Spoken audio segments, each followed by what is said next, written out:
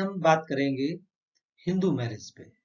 जब बात आती है हिंदू मैरिज की, तो उसमें विशेष रूप से हम देखते हैं कि हिंदू मैरिज में उसकी ओरिजिन क्या हुई, कब हुई, हिंदू विवाह कब से दिखाई पड़ा। अगर हम विवाह की खाली बात करते हैं तो विवाह नामक संस्था प्रत्येक काल में प्रत्येक स्थान पर किसी न किसी रूप में रही है। ऐसा नहीं कह सकते कि विवाह नामक संस्था किसी काल में नहीं है। अगर हम ऑस्ट्रेलिया की बात करते हैं, अफ्रीका की बात करते हैं, जर्मनी की बात करते हैं, भारत की बात करते हैं, प्रत्येक स्थान पर यह संस्था विद्यमान रही है। यानी यह संस्था हमेशा दिखाई पड़ी है। लेकिन दो ऐसे काल रहे हैं, एक तो कुरु और दूसरा महिष्मति। इन दो स्थानों पर या कहा जाए इन दो नगरों में विवाह नामक संस्था विद्यमान नहीं थी। यानी ये इन दो स्थानों को छोड़कर प्रत्येक स्थानों पर किसी न किसी रूप में आवश्यक रूप से विद्यमान रही है।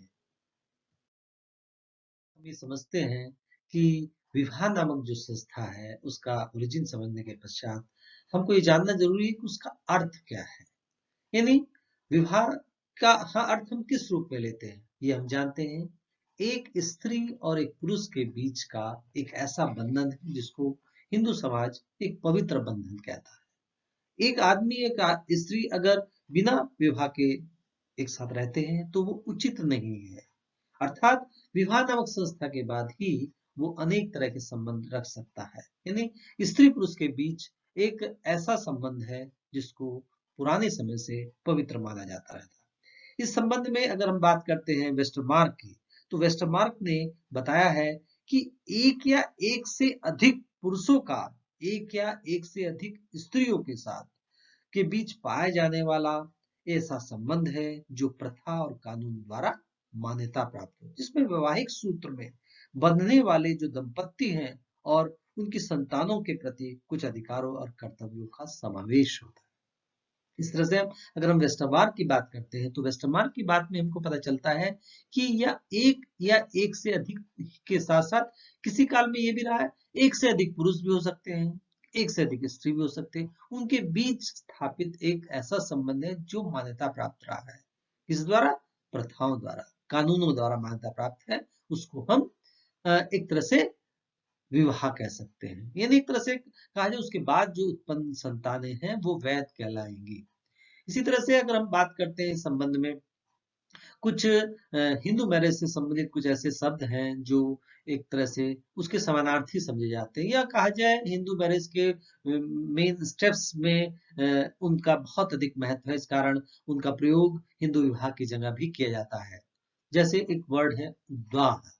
जब हम उद्वाह की बात करते हैं तो इसका मतलब है कि कन्या के पिता, यानी कहा जाए कन्या के पिता के घर से कन्या को वर के घर ले जाना उद्वाह कहलाता है। एक अहम पार्ट है, खासकर हिंदू विवाह में ये देखा जाता है कि ज्यादातर कन्याएं विवाह के पश्चात पुरुष के साथ उसके घर जाती हैं। तो इस पर्टिकुलर प्रक्रिया को जिसमें कि कन्या पुरुष के साथ पुरुष के घर जाती है, इसको हम उद्वाह कहते हैं।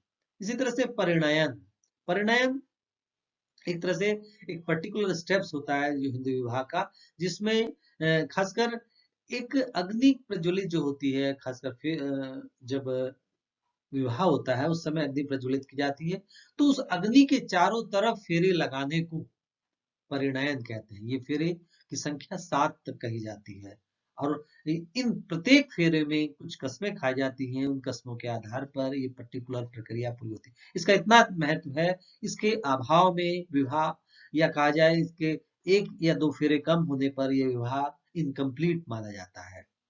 यानी परिणयन का इतना महत्व है, परिणयन स्टेप्स का इतना पॉपुलर वर्ड है। कभी कभी बहुत सारे जो कार्ड छपते हैं शादी विवाह के, तो उन कार्डों में परिणयन शब्द विवाह की जगह प्रयोग किया जाता है, इसलिए परिणयन का काफी महत्व है। इसी तरह से एक वर्ड है पाणी ग्रहण। जिस तरह से परिणयन का महत्व है उसी तरह से पाणी ग्रहण का महत्व भी है। यानी जिसमें holding the hands of the girls, यानी कन्या का हाथ पुरुष के हाथ में देना, वर के हाथ में देना, ये पर्टिकुलर प्रक्रिया पूरी करने में कन्या का पिता एक महत्वपूर्ण भूमिका अदा करता है। और वो एक तरह से कन्या के हाथ को स्वीकार करता है, कसम खाता मैं हमेशा इसका ध्यान रखूंगा। इस तरह से इस पर्टिकुलर प्रक्रिया को करने के बाद एक पिता अपने आप एक तरह से संतोष की भावना महसूस करता है, एक तरह के टेंशन से मुक्ति की भावना महसूस करता है कि उसने तमाम तरह की चीजों से मुक्ति प्राप्त कर ली। यानी एक तरह से कई बार ये भी कहा जाता है कि इसके बाद उसने गंगा नहा ली, यानी एक तरह से उसने कंप्लीट कर लिया। एक ऐसा काल रहा था जिसमें हम मुगल काल की बात करते हैं, या एक ऐसा काल जिसमें अनेक राजा अनेक आक्रांता जो कि कुंवारी कन्याओं को उठा ले जाते थे। ऐसी स्थिति में कन्या का पिता सोचता था किसी तरह से अपनी बेटी का पाणी ग्रहण कर दे तो वो इस टेंशन से मुक्ति हो सकता है। तो पाणी ग्रहण का भी उतना ही महत्व है। जैसे कि हमने कहा कार्ड छपते हैं, तो बहुत से कार्ड में विवाह की जगह पाणी ग्रहण शब्द को छापा जाता है। पाणी ग्रहण का भी एक महत्व स्थान दिखाई पड़ता है। AIIMS of Hindu marriage. जब एम्स ऑफ हिंदू मैरिज की बात आती है, यानी हिंदू विवाह के उद्देश्यों की बात आती है, तो उसमें हम केम कपाड़िया का जो दृष्टिकोण है वो समझ में आता है।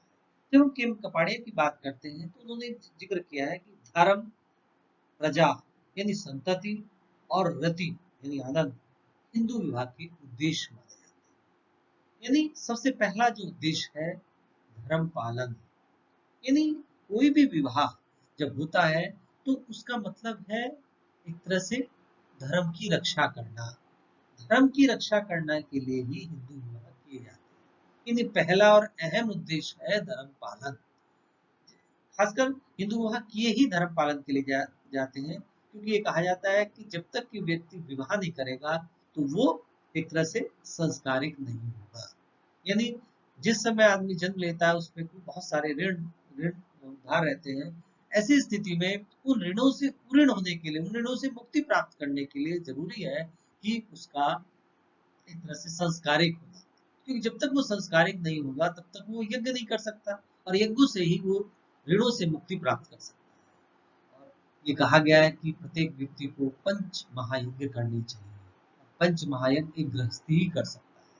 एक गृहस्थी को ही पंच महायज्ञ करने का अधिकार प्राप्त है। यानी जब तक कि वो विवाह नहीं करेगा वो संस्कारित नहीं होगा, संस्कारित नहीं हो तो यज्ञ नहीं करेगा। अब बात आती है यज्ञ कौन कौन से हैं। एक तो ब्रह्म यज्ञ है, देव यज्ञ है, भूत यज्ञ है, नर यज्ञ है। यानी हम कहेंगे कि इन यज्ञों को करने से व्यक्ति संस्कारित हो सकता है। ब्रह्म यज्ञ, देव यज्ञ, भूत यज्ञ, एक तरह से इन सब यज्ञों को करने के लिए व्यक्ति का विवाह करना जरूरी है। यानी चाहे जैसे ब्रह्म यज्ञ के बारे में हम ये कहते हैं जो ज्ञान है आने वाली पीढ़ियों को देना। देव यज्ञ इन देवताओं जिसके कारण हमारे संतानें पैदा होती है, हमारी फसल लहलहाती है, उन देवताओं को खुश करने के लिए देव यज्ञ किया जाता है। भूत यज्ञ इन तमाम जो प्राणी हैं उनके बारे में ध्यान रखने के लिए एक तरह से क्या करना पड़ता है, उन प्राणियों का ध्यान रखना पड़ता है। और प्राणियों का ध्यान कौन रख सकता है, ये प्राणियों का ध्यान केवल एक गृहस्थी ही रख सकता है।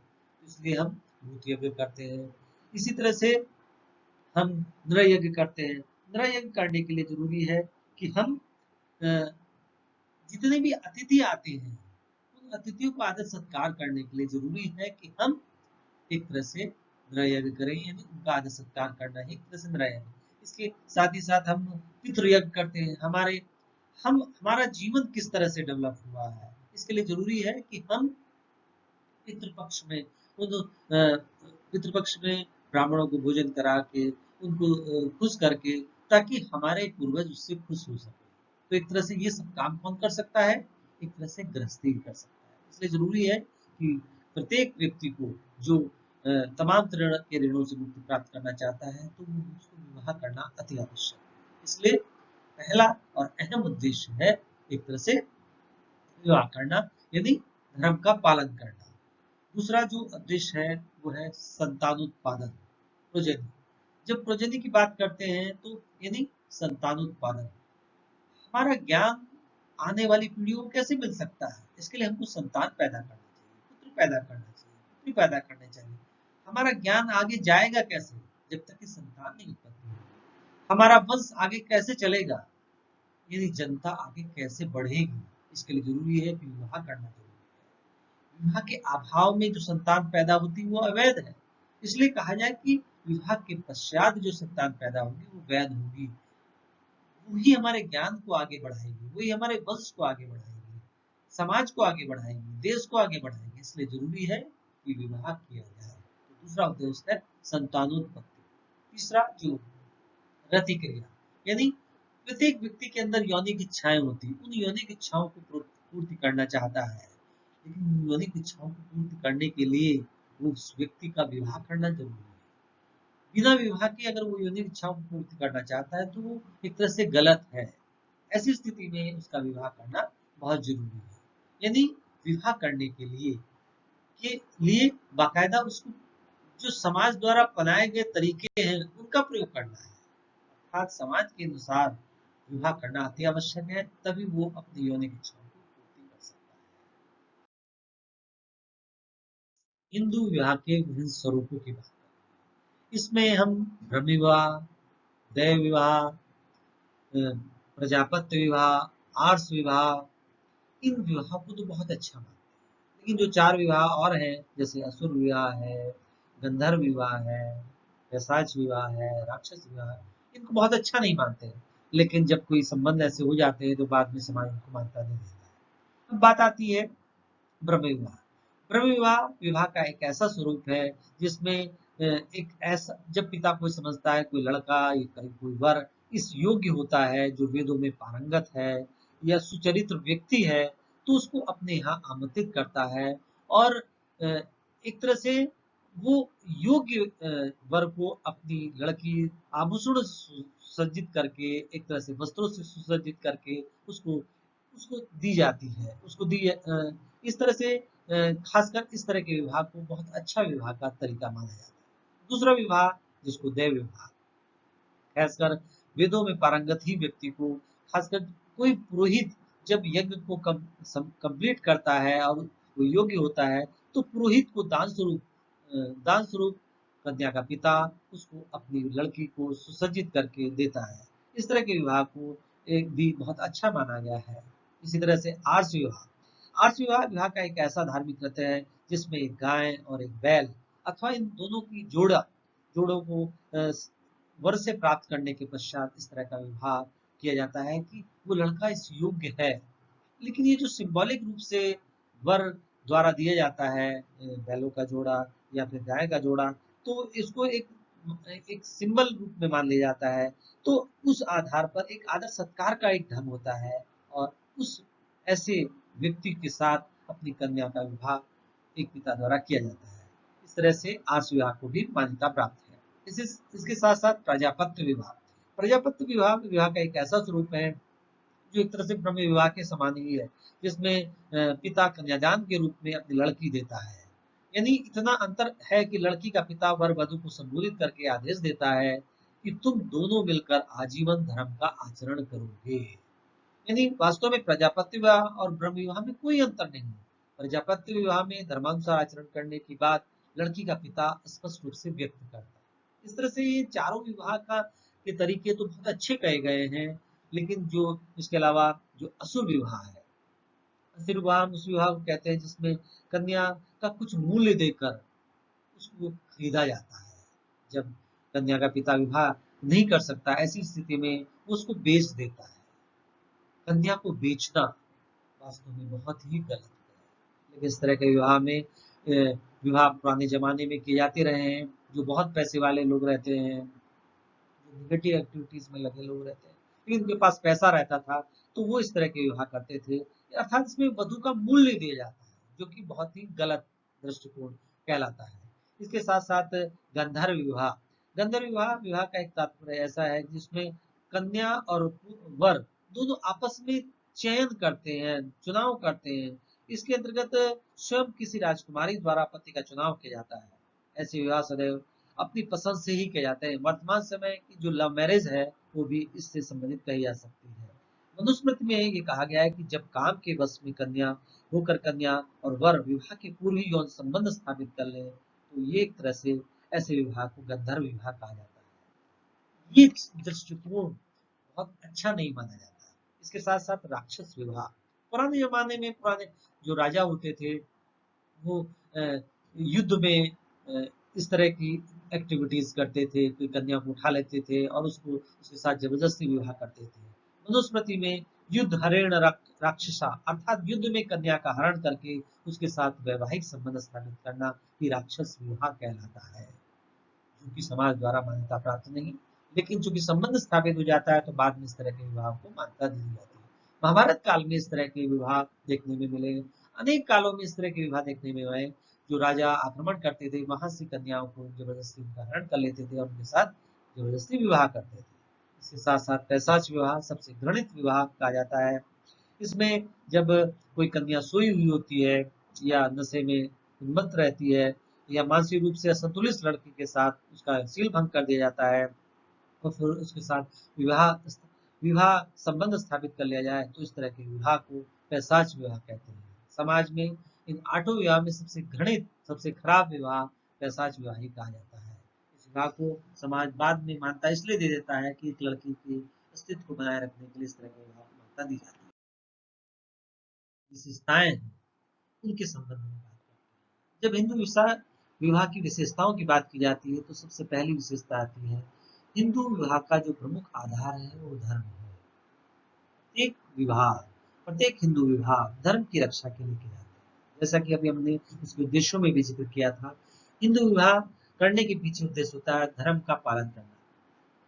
एक हिंदू से अपेक्षा की जाती है वो अनेक धार्मिक क्रियाओं को करे, लेकिन प्रत्येक धार्मिक क्रियाओं को करने के लिए उसका पत्नी का साथ होना बहुत जरूरी है। जैसे कि हम रामचंद्र जी के काल में भी देखते हैं, उनको जब अश्वमेध यज्ञ करना था तो उस समय अश्वमेध यज्ञ करने के लिए उनको एक अपनी पत्नी की जरूरत थी और पत्नी पहले ही वन को जा चुकी थी। ऐसी स्थिति में उनको सिंबॉलिक रूप से सीता जी को बनाना पड़ा और उसके बाद ही वो अश्वमेध यज्ञ कंप्लीट हो पाया। यानी एक तरह से हवन करने के लिए तमाम तरह के यज्ञ करने के लिए विवाह की जरूरत पड़ती है, अर्थात तमाम तरह के धार्मिक कार्यों को करने के लिए एक तरह से जरूरत पड़ती है। इस तरह से पहली जो अहम विशेषता कही जाती है धर्म की रक्षा करने के लिए हिंदू विवाह की जाती है। इसके साथ साथ हिंदू विवाह एक अविच्छेद है, अर्थात तोड़ा नहीं जा सकता। ये 7 जन्मों का साथ है, ऐसा माना जाता है कि 7 जन्मों तक ये संबंध बना रहता है। इसलिए हिंदू विवाह में तलाक का कंसेप्ट नहीं है। बात अलग है, हिंदू विवाह एक्ट 1955 बनने के बाद वहां पर तलाक दिखाई पड़ा है, लेकिन 1955 से पहले ये कहा जाता था कि तलाक नहीं हो सकता है, पत्नी हमेशा पति के साथ रहेगी, किसी भी स्थिति में वो उसके साथ ही रहेगी, इसलिए उसको उसके संबंध को नकारा नहीं जा सकता। इसलिए ये कहा जाता है ये अविच्छेद है। हिंदू विवाह एक तरह का समझौता नहीं है। हिंदू विवाह जैसे कि मुस्लिम मैरिज में कहा जाता है एक समझौता है, तो एक समझौता नहीं बल्कि एक तो संस्कार है जो एक पवित्र बंधन है, पवित्रता के लिए किया जाता है। इसमें कोई गवाह की बात नहीं है, एक समझौते की बात नहीं, बल्कि ये एक जीवन भर का एक संबंध है, 7 जन्मों का साथ है। एक जिसको हम तमाम तरह के संबंधों से जोड़ते हैं जो पवित्र कहलाते हैं। इसके साथ साथ तमाम तरह के ऋणों से मुक्ति प्राप्त करने के लिए हिंदू विवाह किए जाते हैं। यानी ऋणों से मुक्ति प्राप्त करने के लिए हिंदू विवाह संपन्न किया जाता है। जैसा कि हमने बताया था कि हिंदू विवाह में अनेक तरह के जो जब व्यक्ति जन्म लेता है अनेक तरह के ऋण उधार रहते हैं, ऋषि ऋण, देव ऋण, भूत ऋण। उन ऋणों से मुक्ति प्राप्त करने के लिए प्रत्येक पितृ ऋण, यानी उन ऋणों से मुक्ति प्राप्त करने के लिए विवाह करना जरूरी है। तो हिंदू विवाह का जो एक विशेषता है ऋणों का उद्धारक है, ऋणों से मुक्ति प्राप्त करने का एक तरीका है। ऋणों से मुक्ति प्राप्त करने के लिए ये एक उस हिंदू विवाह किए जाते हैं, क्योंकि तभी तो वो यज्ञ कर सकता है। जैसे ऋषि ऋण से मुक्ति प्राप्त करने के लिए ब्रह्म यज्ञ करना पड़ता है या ऋषि यज्ञ करना पड़ता है। देव ऋण यानी देव ऋण से मुक्ति प्राप्त करने के लिए देव यज्ञ किया जाता है। इसी तरह से पितृ ऋण यानी पितृ यज्ञ किया जाता है, यानी एक तरह से उन यज्ञों को करने से वो तमाम तरह के ऋणों से मुक्ति प्राप्त हो सकता है। एक तरह से हिंदू विवाह ऋणों से मुक्ति प्राप्त करने का एक तरीका है। इसके साथ साथ हिंदू विवाह के लिए ये भी कहा जाता है कि हिंदू विवाह में अग्नि का होना जरूरी है। अग्नि जब तक नहीं होगी तब तक कि हमको कंप्लीट विवाह नहीं होगा। अग्नि को प्रज्वलित किया जाता है और अग्नि में आहुतियां डाली जाती है, होम किया जाता है। उन आहुतियों के जरिए देवताओं को प्रसन्न किया जाता है अग्निदेव के माध्यम से। इसलिए अग्नि का होना बहुत जरूरी है। ये भी एक इसमें विशेषता कही जाती है, अग्नि का साक्षी होना बहुत जरूरी है। इसके साथ साथ पुरोहित का होना जरूरी है, पंडित का होना जरूरी है, क्योंकि इस तमाम तरह की एक्टिविटीज को कराने के लिए एक पंडित ही एक रिचुअल्स की बात है। 39 रिचुअल्स की बात की गई है पीवी काणे जी ने, और उन रिचुअल्स में से कुछ खास रिचुअल्स और सेरेमनीज की हम बात करते हैं जो हिंदू विवाह के, या उनको कहा जाए हिंदू विवाह के स्टेप्स की बात करते हैं, जिनका प्रयोग या जिन स्टेप्स से होकर हिंदू विवाह कंप्लीट किया जाता है। जो सबसे पहला रिचुअल्स आता है, जो पहला स्टेप्स आता है, उसमें वर वधु गुण परीक्षा।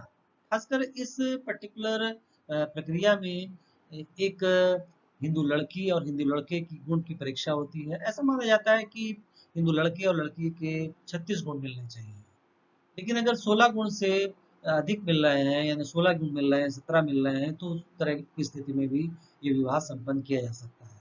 इस तरह से एक इसका भी महत्व है कि इसमें पंडित कुंडली देखकर, उसके जरिया गुण देखकर, उसके आधार पर मैच करता है, उसके आधार पर यह तय करता है कि इनका विवाह हो सकता है या नहीं हो सकता है।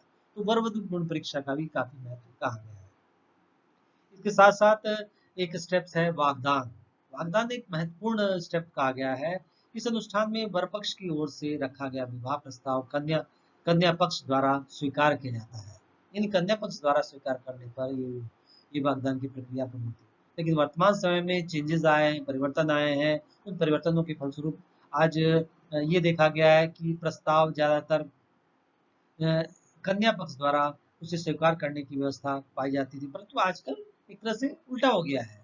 अगर वो प्रस्ताव लड़के के पक्ष द्वारा स्वीकार कर लिया जाता है तो उस प्रक्रिया को वागदान कहा जा सकता है। इस स्थिति में जब वो तय हो जाता है तो उसको 1 रुपया देकर, 1 रुपया से लेकर करोड़ों रुपये तक की व्यवस्था वर्तमान समय में दिखाई पड़ती है। यानी एक तरह से विवाह का पक्का होना वागदान का के अनुसार कहा जाता है।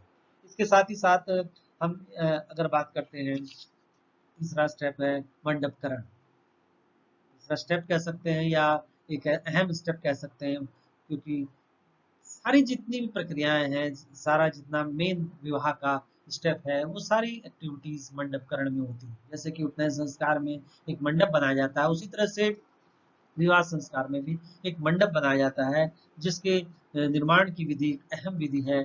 जिस जिस तरह से उपनयन संस्कार की विधि थी, उसी तरह से, या मुंडन संस्कार की विधि थी, उस तरह से एक तरह से विवाह संस्कार में भी मंडप को बनाया जाता है।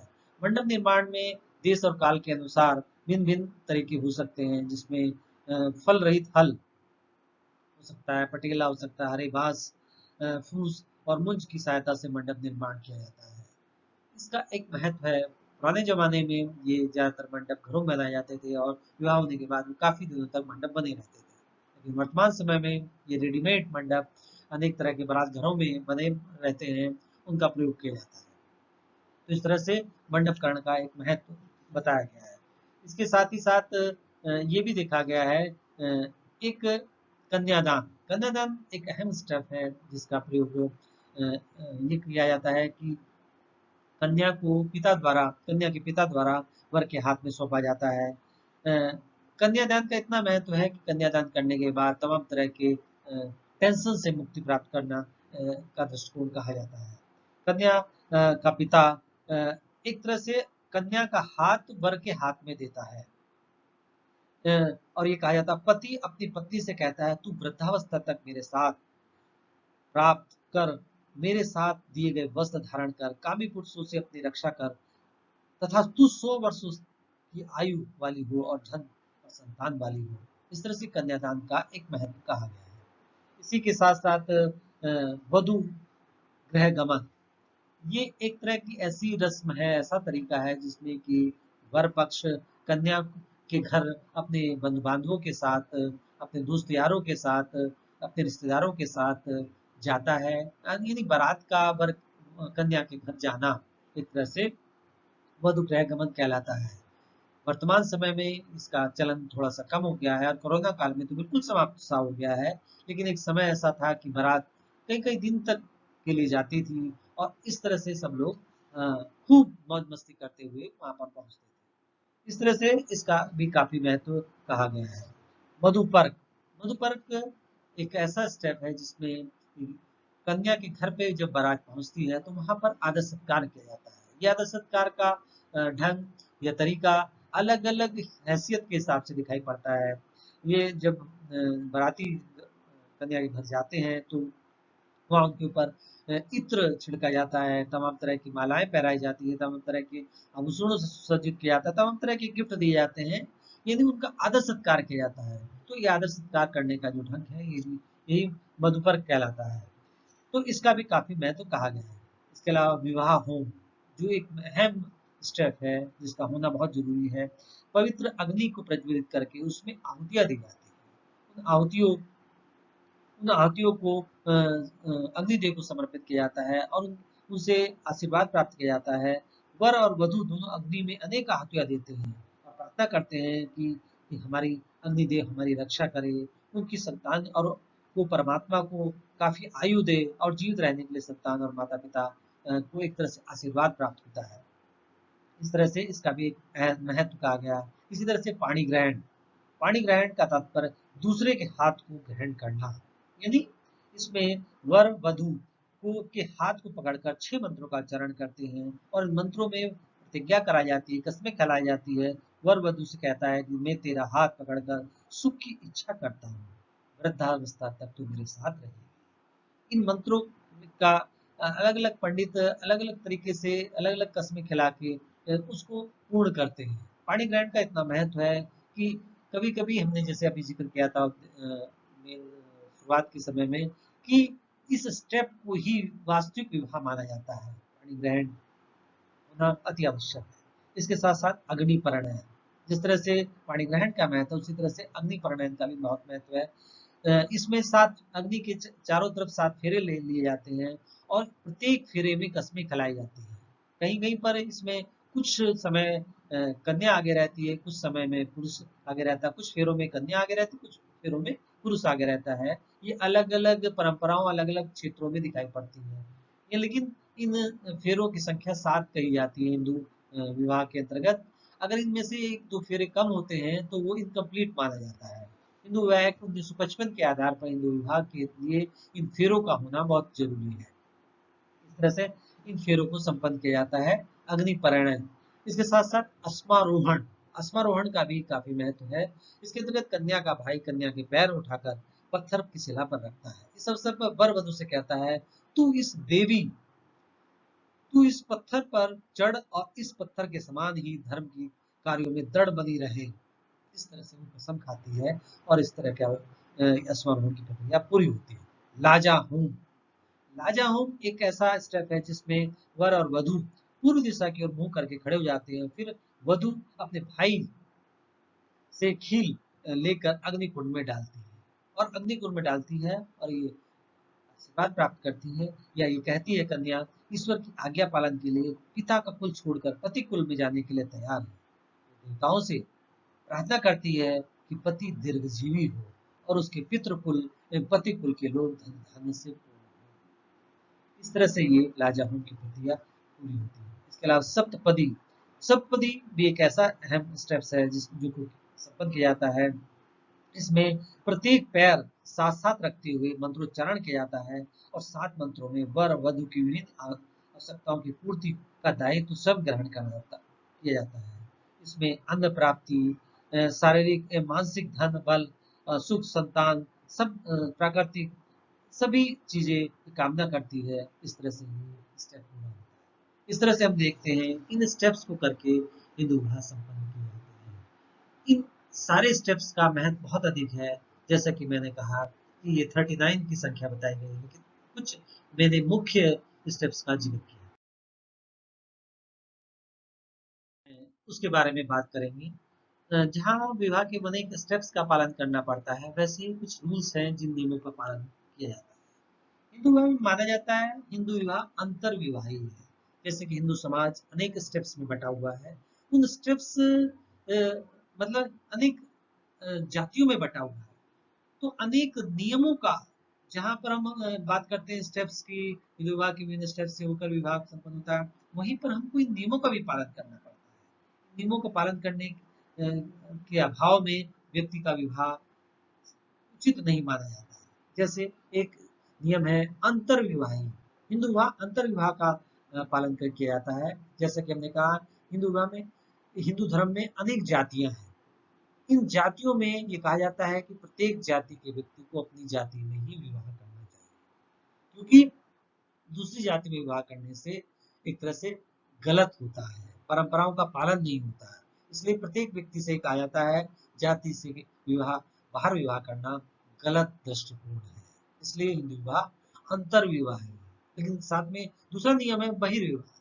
जहां पर अंतर्विवाह का दृष्टिकोण है, वहां पर बहिर्विवाह का दृष्टिकोण भी कहा जाता है। बहिर्विवाह किस तरह से?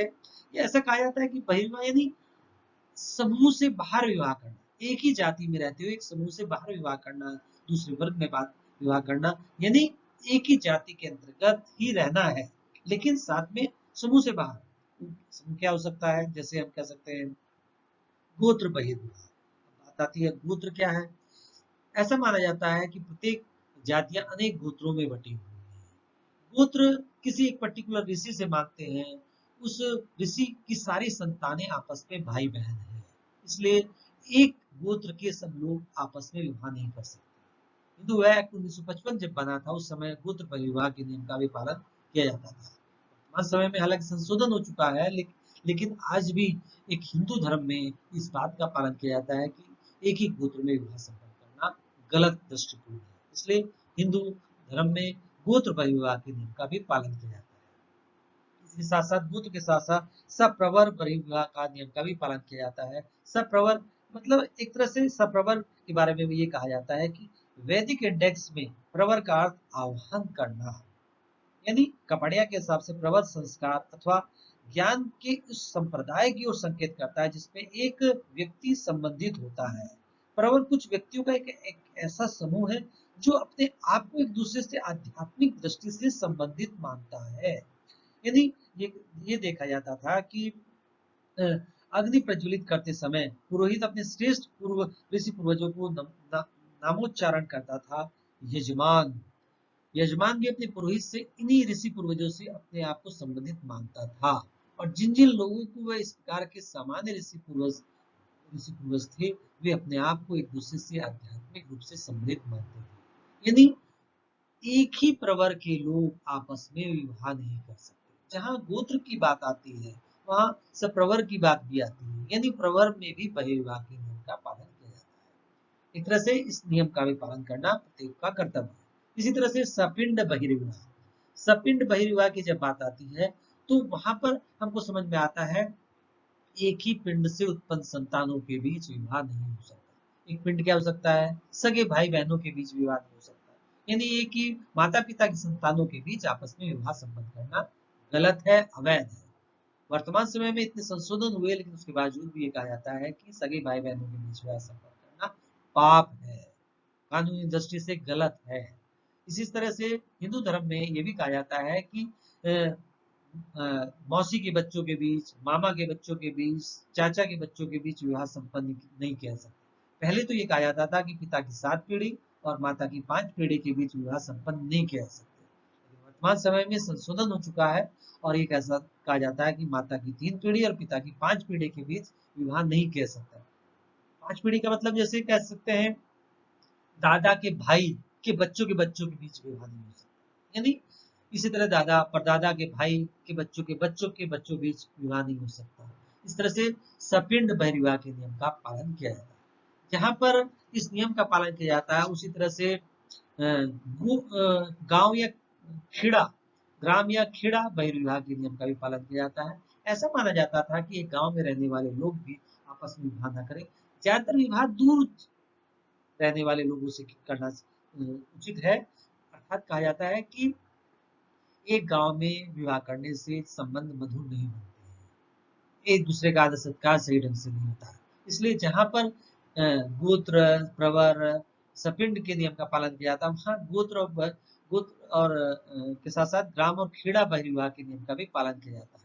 इस नियम का भी पालन विशेष रूप से किया जाता है, लेकिन उतना महत्व नहीं है। इसके साथ ही साथ ये भी देखा जाता है टोटम बहिर्विवाह के नियम का भी पालन करने की बात कही गई है।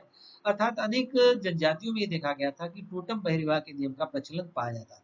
यानी एक ही टोटम का मतलब एक ही तरह की चीजों पर विश्वास करने वाले लोग। टोटम किसी का टोटम पशु पक्षी हो सकता है, पेड़ पौधे हो सकता है, कोई चट्टान हो सकती है। तो एक ही तरह का विश्वास करने वाले लोगों के बीच में आपस में मैरिज करना उचित नहीं है। इस तरह से इस नियम का भी पालन किया जाता है। इस तरह से अनेक नियमों का पालन करते हुए हिंदू विवाह संबंध के